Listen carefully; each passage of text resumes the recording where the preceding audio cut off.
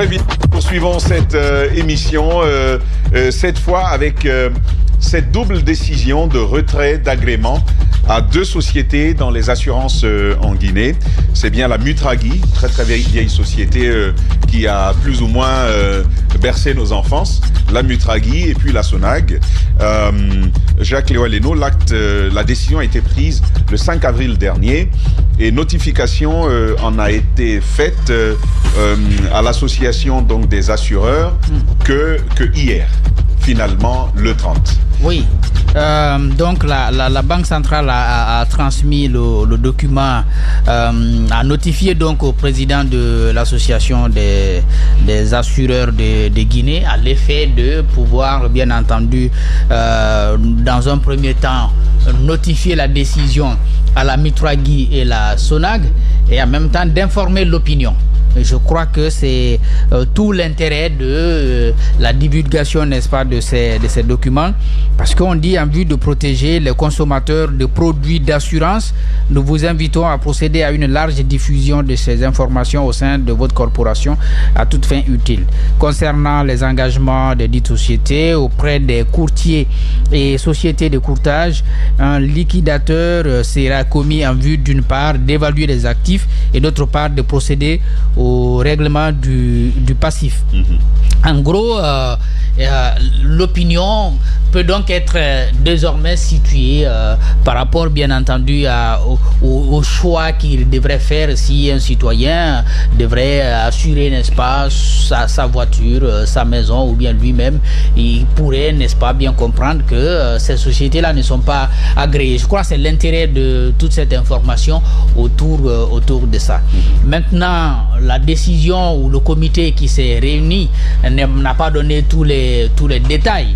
On sait bien entendu que ce sont des sociétés qui sont en difficulté aujourd'hui et ne répondent plus aux critères ou ne satisfont plus aux besoins de des assurés, donc des clients.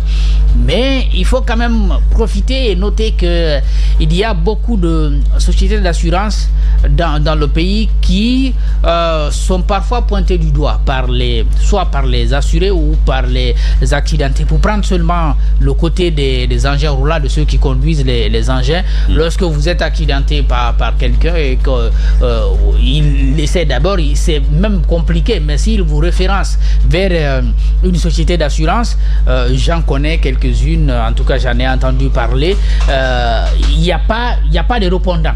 Souvent, il n'y a pas de répondant.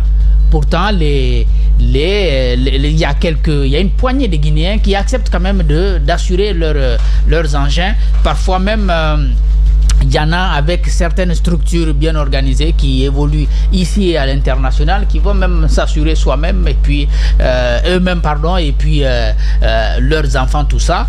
Mais il y a vraiment certaines sociétés d'assurance qui sont dans le pays qui ne garantissent pas ça. On donne des cartes, mais après, évidemment, ça sert seulement pour la circulation, quoi. Quand le policier vous arrête et puis il vous demande vos papiers, vous donnez le permis, vous donnez la carte grise. Après, il dit assurance. Et donc, vous présentez l'assurance, là, vous passez. Donc, ça ne sert en effet qu'à ça. Je parle pour certaines sociétés. Sinon, il y a certaines sociétés d'assurance qui sont sérieuses. Mais pour la plupart, évidemment, ça ne sert qu'à ça. Parce qu'en cas de problème, souvent, vous ne trouvez pas de répondant. Et ce qui est vraiment dommage. Je crois qu'au-delà de ce qui nous a été servi concernant la Mutragui et la Sonag, il serait important qu'il y ait une réévaluation des offres de l'ensemble des sociétés d'assurance de notre pays pour comprendre celles qui peuvent encore exister et continuer à exercer dans notre pays et celles qui doivent peut-être soit se mettre en règle ou alors la Mutragui aussi. La Mutragui, la plupart des travailleurs avaient pour assurance, société d'assurance, la Mutragui. Oui. Ça n'explique pas. Mais ce que je remarque, j'ai fait l'exercice d'aller sur leur page Facebook. La Mutragi, c'est une quasi-inexistence sur Facebook. La Sonag, la dernière publication de la Sonag date de janvier 2015. Bah oui. C'est la vieille école. C'est la vieille école.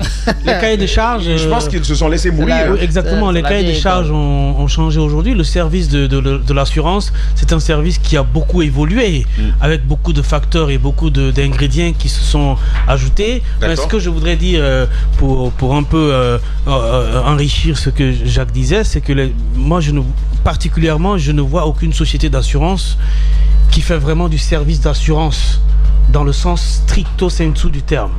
Parce que le service d'assurance, ce n'est pas seulement que de répondre à l'exigence des gros clients, c'est-à-dire les banques, les sociétés, etc., qui souscrivent à vos assurances lorsqu'il y a risque. Là, parce que vous savez que ce sont des milliards qui sont en jeu, vous répondez tout de suite à la demande en péril. Mais lorsque c'est les particuliers, Jacques, tu vas te rendre compte qu'il n'y a aucune société d'assurance ici qui fait du service comme il le doit. Quand c'est un particulier, faites un accident tout bête. Vous êtes assuré, quelle que soit la société d'assurance ici, d'en bas, votre voiture n'a qu'à être accidentée seulement. Vous allez mener des démarches jusqu'à épuisement de vos forces, jusqu'à même l'abandon total. C'est-à-dire, vous vous dites que le carburant que je mets là, ou le transport que je paye pour aller tout le temps me présenter, pour demander des comptes, peut-être à la limite, ça vaut si je l'économisais, moi-même me dédommager par rapport à ce qui s'est passé. Donc c'est pour vous dire aujourd'hui que si nous devons aller dans le respect des cahiers de charges, si nous devons, si vous voulez, auditer les services des sociétés d'assurance, toutes les sociétés d'assurance sont souscrites à fermeture en Guinée. Ça, c'est une évidence. C'est une évidence et c'est clair. Et je suis allé même jusqu'à discuter avec un ancien travailleur des sociétés d'assurance qui me disent que c'est de la rente pour eux-mêmes. Ils aiment bien quand il y a les sinistres chez les particuliers plutôt que quand il y a les sinistres chez les gros clients. Parce que chez les particuliers, finalement, le gars, il abandonne. Donc, ça fait de la rente, ça fait du gain. Quand tu attends 10 millions d'une société d'assurance et que tu dois payer 10, 15 millions pour obtenir ton dédommagement, tu es obligé de laisser tomber. Mais absolument. Tu es obligé de laisser tomber. C'est ce que j'ai dit. Ouais. C'est ce que j'ai dit, tu es obligé de laisser tomber. Et donc, ça leur fait du gain. Imagine 10 millions... Ils alourdissent les process. Les process. Ouais. Ils alourdissent les process. Ça, c'est encore pour les gens qui ont la capacité d'avoir accès à eux. Il y a des types de citoyens qui n'ont pas accès à eux, des types de citoyens qui se voient le chemin complètement barré par des procédures enlambiquées, compliquées, etc. Vous ne pouvez même pas avoir accès à... Vous ne savez même pas à quel interlocuteur vous adresser pour vous diriger. Et donc, la réflexion, c'est quoi? La réflexion, c'est peut-être qu'il faut que... Je ne sais pas si ce sont les notaires ou si ce sont qui sont en capacité de le faire. Je ne vais pas appeler ça police des assurances, mais il y a quand même des cabinets dans d'autres pays qui sont créés pour chasser l'argent des sinistrés auprès des assureurs. Il y a des sociétés, il y a des cabinets comme ça qui sont spécialisés pour non seulement guider le sinistré, mais exiger, parce que il y a des lois, hein. Il y a des lois qui leur imposent absolument de rendre ce service-là aux sinistrés. Ils ont un nom. C'est pas que pour les sinistrés, c'est un nom commun à eux. Par exemple, tu dois à une société, tu n'as pas payé. Ce sont les recouvrements des sociétés. C'est pas la société elle-même qui va, mais on commet ce sont des cabinets de recouvrement. Un agent recouvreur. Voilà. C'est lui qui... moyennant 10, moyennant 1-2% de la somme à recouvrer. Moi, je trouve que voilà, c'est ce genre de pratique vers lequel il faut aller, mais la Sonag et la Mutragi, pour moi, ils ne se sont pas alignés sur j'ai l'impression nouvelles normes. L'État était actionnaire sur la Mutragi. C'était quasiment l'État. Hein? Ouais. La Sonag et la quasiment Mutragi, l'État. Donc c'est encore une société qui se meurt.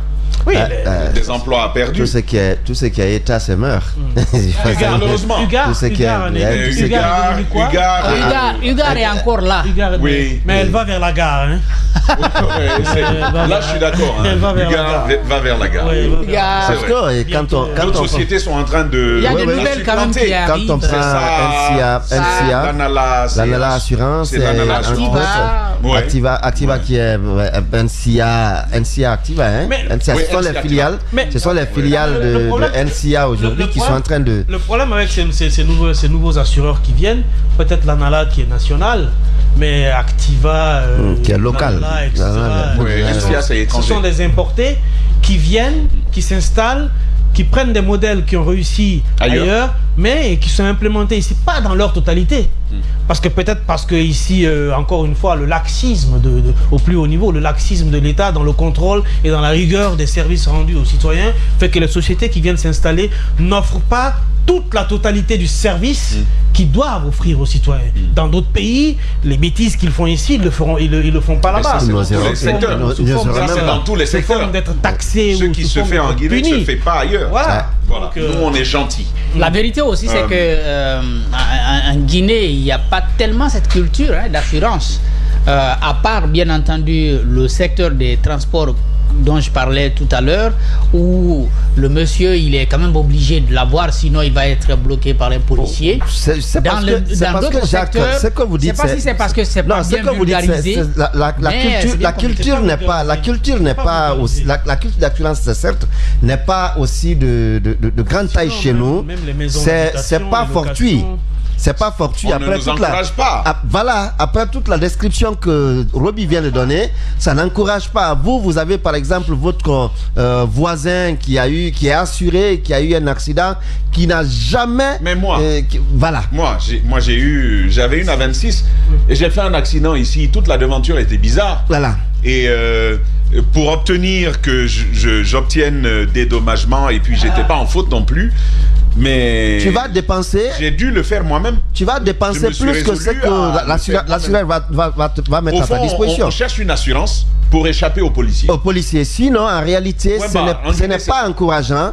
Les exemples n'encouragent pas. Parce qu'aujourd'hui, si vous avez un tel problème comme Tamba a dit pour lui, vous ne pouvez quand même pas conseiller à quelqu'un d'aller assurer sa voiture ou d'aller se faire assurer lui-même. Parce que le retour n'est pas bon. Mais les deux structures qui s'en vont aujourd'hui, desquelles on retire les agréments, je ne crois pas que le retrait des agréments suffise pour s'assurer qu'effectivement elles vont. Il faut faire aujourd'hui un audit de ce que ces structures ont été. Je pense qu'il y a un liquidateur qui va évaluer tous les passifs. Ça compte pour les dépôts des comment on appelle des clients. Voilà. S'il y a des réparations pour eux, par exemple, qui n'ont pas été faits, il faut le faire. Les répartir. Je pense que c'est ce qui va se faire. Voilà, il faut le faire aujourd'hui. Il ne faut pas simplement se limiter à la liquidation, je vais dire, au retrait des agréments. La Mutragui vivent-ils?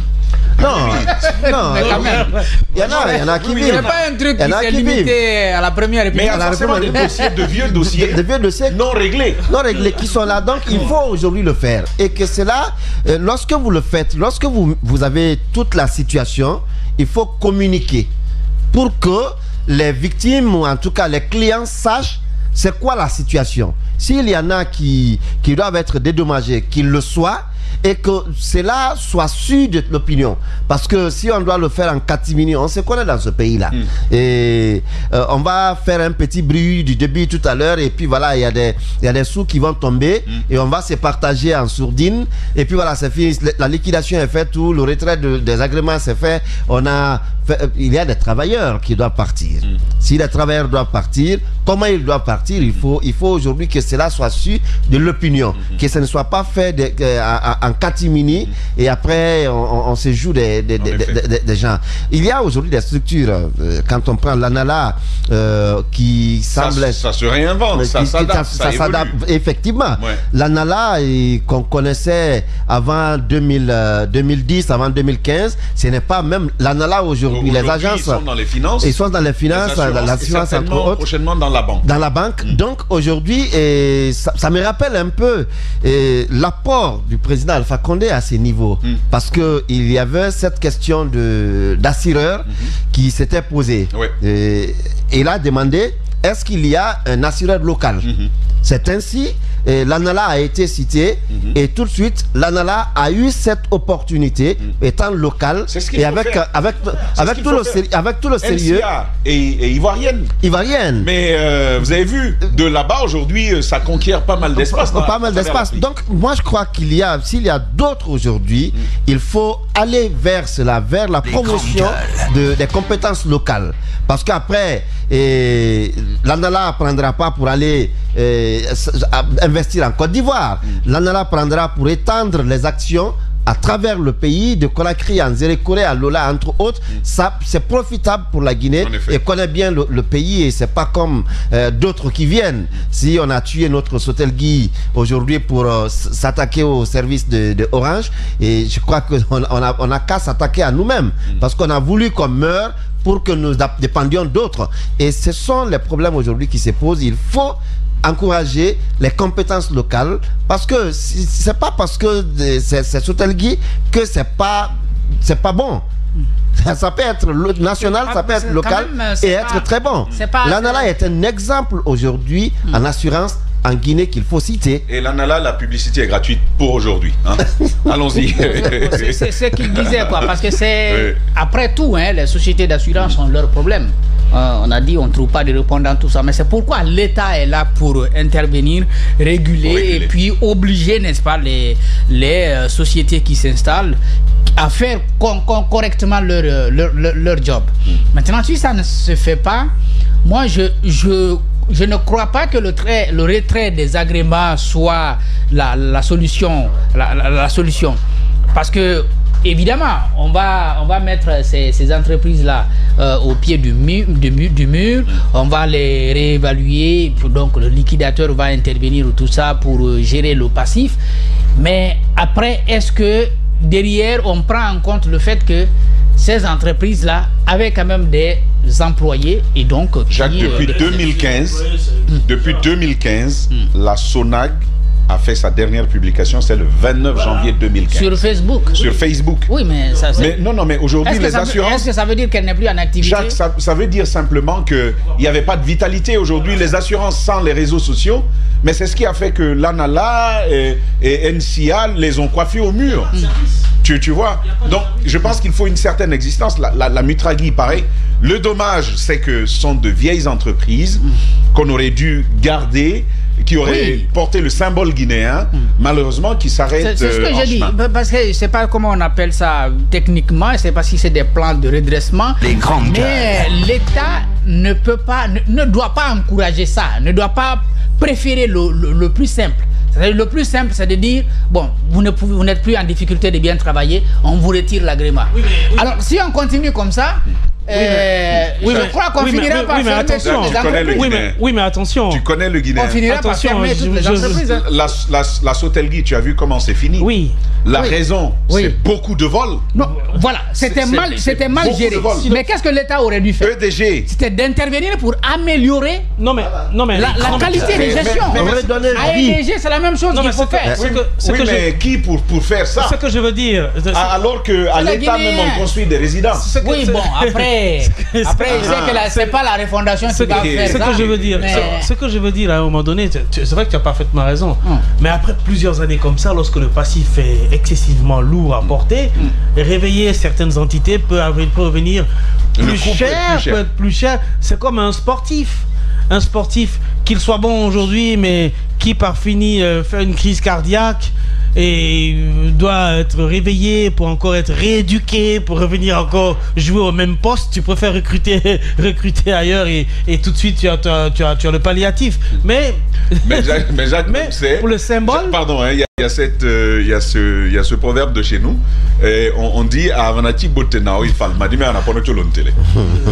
Alors, ça veut dire que... Non, j'allais traduire. Il le faut. Je sais pas comment dire. Bon, quand même. Mais je vais le dire de cette façon. En traduction directe.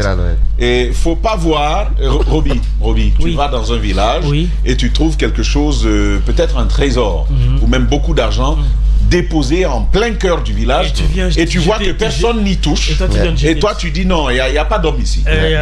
Tu vois? Bien sûr. Donc c'est ce que en parlant de Mutragui et Sonag, la chose était peut-être c'est compliqué. C'est compliqué. Peut-être même déjà, bon, il est arrivé des fois où il y a des sociétés qui tombent en liquidation, mais du fait de l'emblème de leur nom, il y a des gens qui reprennent. La Mutragui et la Sonag ont été quand même des symboles dans le domaine de l'assurance dans notre pays. On aurait pu peut-être vendre le nom, mais ça demande beaucoup de procédures. Mais dire qu'il faut le reprendre, réinjecter de l'argent, Jacques, avec la vitesse à laquelle les autres sont déjà partis, c'est comme si tu demandais à Intercell à l'époque de s'aligner à Orange. C'est pratiquement impossible. Le problème, c'est que on aura peut-être les entreprises ont on aura peut-être des mastodontes dans ce domaine-là. Mais toi-même, tu rappelais tout à l'heure que même les sociétés qu'on croit être les plus performantes ne le sont pas. Donc, ne règlent pas le problème d'assurance dans notre pays. Bon, on va aller, vous les avez dit, que Ugar aussi irait à la gare. Donc, on pourra peut-être, est-ce qu'on n'est pas finalement en train d'assainir carrément et se retrouver avec deux sociétés d'assurance. Question nationale? Est-ce que c'est qui soit nationale en ce moment? Sociétés nationales? Société nationale. Bon, restons. Est-ce que c'est cela la solution finalement? Moi, je ne crois pas, parce qu'il suffit seulement que quelqu'un ait le monopole dans un secteur comme celui-là pour que cette volonté, les problèmes s'accumulent davantage. Cette nouvelle idée. Quand est-ce qu'on ira à l'extension de ces besoins, par exemple sur les cas de maladie?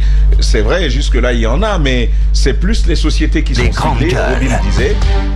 Mais par exemple, pour quelqu'un qui déposerait quoi, peut-être 100 ou 200 000 par an, et qui pourrait accéder quoi à 75% de prise en charge sur ses frais médicaux. Il faut être sûr que le service va être rendu en bonne et due forme vers la fin. Ce n'est pas tellement la volonté des gens d'y mettre de l'argent qui manque.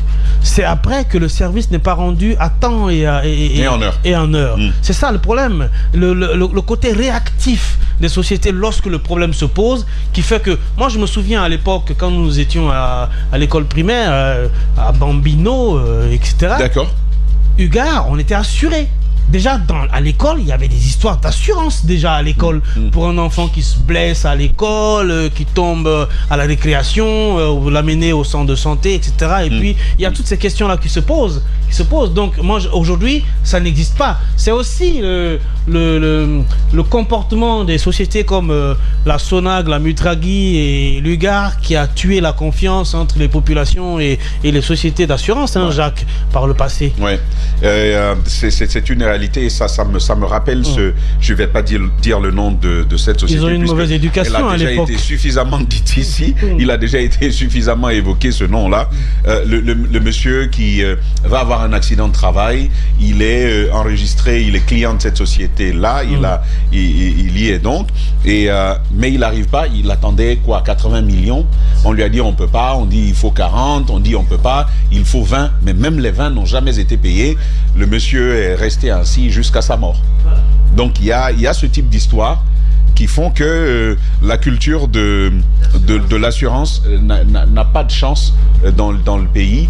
Et l'État lui-même, je pense que l'État a certainement des parts à Ugar, mais je pense qu'il faut un peu plus d'efforts pour que ce régime social-là soit bien tenu par l'État et renforcé pour aider les citoyens les plus démunis. Il faut tout simplement que l'État soit exigeant sur le respect des règles et des normes.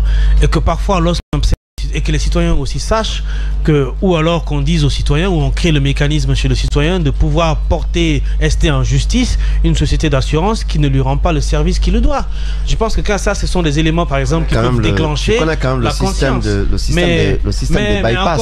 Encore une fois, la collusion entre les sociétés d'assurance qui ont beaucoup d'argent et la justice plus un petit citoyen, c'est compliqué. Hein. Voilà. Franchement, c'est comme le match Real-Barça. L'État, mon cher Daouda, pour terminer sur ce sujet, l'État devrait considérer justement les assurances comme un autre vecteur pour établir sa justice sociale. Justement, mais on a comme l'impression que les choses, une société d'assurance existe, l'État n'a aucun regard sur son fonctionnement. Comment cette société, comment on appelle ça, revient auprès des victimes, en tout cas de ses clients victimes d'accidents ou d'incendies entre autres. Comment la société revient à côté d'eux. Ça n'existe pas, à mon avis, parce que si ça existait, on aurait encouragé cette culture de se faire assurer. Ouais. Mais tous ceux les petits mamadou, comme on le dit, qui ont des problèmes, qui se font assurer, qu'on convainc à s'assurer, ils s'assurent effectivement. Il y a des prélèvements s'ils sont dans une entreprise où on le fait directement, soit c'est eux-mêmes qui le font directement à travers leur compte. Mais après, quand ils ont des problèmes, il n'y a pas quelqu'un qui dise à la société, c'est une obligation pour vous de faire face à cette situation. Donc, les sociétés d'assurance, à mon avis, en Guinée, sont des sociétés très indépendantes, très libres de leurs activités, c'est-à-dire aucun regard de l'État, alors que l'État devait constituer comme un gendarme pour voir est-ce que les sociétés d'assurance qui sont auprès de leurs assurés effectivement en cas de problème. Très bien. On a vu la situation avec comment ça s'appelle, avec le dépôt d'hydrocarbures. Jusqu'à présent, on est en train de se poser la question, est-ce que la société... En même temps, là-bas, il y a un gros flou, on ne sait pas ce qui s'est passé. Voilà, parce qu'avant d'aller aux assurances, il faut savoir, il faut établir la cause du drame. Ça, c'est important. Donc, tout cela se pose aujourd'hui comme problème. Là-bas, les actionnaires sont assurés. Les actionnaires sont assurés. Et mieux que ça, c'est les sociétés d'assurance sérieuses et qui peuvent faire face à ce type de drame. Ouais. Certainement des sociétés étrangères. Ce sont des sociétés étrangères. Ouais. Total ne va pas. Les sociétés d'assurance Total ne va pas s'assurer auprès des Ugar quand même. Mais tu as quel problème avec Ugar? Non, c'est le nom. C'est le nom qui est nostalgique. Non, attention. C'est le nom qui est nostalgique. Ugar, on sait. Il a parfaitement raison. Ouais. Un sinistre. Mais je pense que la France est actionnaire. Non, mais non. Un seul. Un seul petit sinistre. Total engloutit tous les fonds de Ugar. Bon, c'est pas faux. Voilà. C'est pas faux. Mais les gars, j'ai cette dernière question à chacun de vous. Jacques, s'il n'y avait pas les policiers sur les routes, est-ce que tu te serais assuré? Moi, non. Oui. La réponse est oui ou non? Moi, non. Jacques, moi, j'ai dit oui. J'ai dit oui. Daouda? Non, non, en réalité, non. Et toi? Non, mais il faut être franc, non. Non, tu ne l'aurais pas fait. Non. D'accord. Parce qu'il n'y a pas de retour sur service. Très bien. Je pense que c'est un indice pour les sociétés. Bon, Mohamed Ali vient d'arriver. Oui, tu peux venir t'asseoir. On va terminer avec toi. Bien, c'est une question toute bête. Oui, une question toute bête du type. Est-ce qu'il est d'abord assuré? Oui ou non? Mohamed Ali, est-ce que tu es fermé? Est-ce que tu es assuré avec ta voiture? Tu es assuré Je ne parle pas de la maison, de tout le reste, je parle de la voiture. Est-ce que tu as ton assurance? Même le vélo. Tu es assuré. Alors, la vraie question, ce serait s'il n'y avait pas les policiers dans les rues, est-ce que tu irais prendre ton assurance? En fait, en réalité, moi, je ne sais pas à quoi ça sert les assurances, parce que même les policiers, ils n'en demandent pas par le statut que nous avons. Ah, des trucs qui passent à la télé, c'est bien, on donne un truc, le plus souvent ça se passe comme ça, honnêtement. Donc, du coup, on t'oblige tout simplement à aller prendre de l'assurance parce que tu viens d'acheter la voiture, tu l'as immatriculée, tu as besoin d'avoir des... La question donc, sans les policiers, est-ce que tu te serais assuré, toi? Non, je tente de répondre à ça. En fait, parce que le temps, vas-y s'il te plaît, le temps. Ça, c'est une question fermée. Oui, elle est fermée, donc c'est oui ou non? Non. C'est ça, une question. D'accord, très bien. Non à ta question. Très bien. Aïssatou Sané est avec nous. Dans un instant, le mur du jour, la virgule. Radio Espace, Espace TV, les GG, le mur du jour. Aïssatou Sané, mais je ne peux pas rater ça, Roby, quand même. Oui, Aïssatou Sané, sans les policiers et les gendarmes et le racket qui peut subvenir, les contraventions, les reçus, est-ce que tu te serais assuré? Sincèrement, non. Sincèrement. Bien, je pense que au-delà de tout ça, c'est un message pour les assureurs. Ça les interpelle pour rendre plus sérieuses leurs prestations. Ça permettrait. Il faut dire ça. En une phrase, parce qu'on a c'est pourquoi, oui, justement, il faut dire ça. Et c'est complètement à cause des policiers que la majorité, l'écrasante majorité des Guinéens s'assurent. Parce que cette complicité existe entre les assureurs et les policiers. Mais est-ce que justement, parce que sans eux, les assureurs ne font pas de bénéfices. Non, laisse Aïssatou Sané, c'est pour dire le mur du jour. Vas-y, j'ai coupé les micros. Tu es la seule maintenant à parler. Vas-y. Alors, le mur du jour, Tamba en a pris 2, Roby en a pris 3 et puis Mohamed Ali 5 murs. Donc c'est le mur du jour. Non, je suis pas d'accord. C'est leur vote, hein, vous êtes légitime, mais je suis pas d'accord. C'est Roby le mur. C'est Roby le mur. Et on va se retrouver donc demain, dès 9h, je te donne pas la parole. Demain, à 9h, on se retrouve pour un autre numéro des Grandes Gueules. Continuez la fête du travail chez vous, continuez le débat chez vous. Et la question, on vous la pose. Vous pouvez répondre sur notre plateforme, sur la plateforme Facebook de l'émission et Twitter aussi. Sans les policiers, sans l'effet contraignant et coercitif des policiers, oui ou non, est-ce que vous auriez souscrit à une assurance pour votre véhicule, pour votre engin roulant? Répondez, ça pourra peut-être servir. Continuez par ailleurs de nous préférer. Les meilleurs programmes, vous savez, c'est ici. Et les seuls désormais, pour toute la République de Guinée, les programmes survivants, c'est Adafo Média.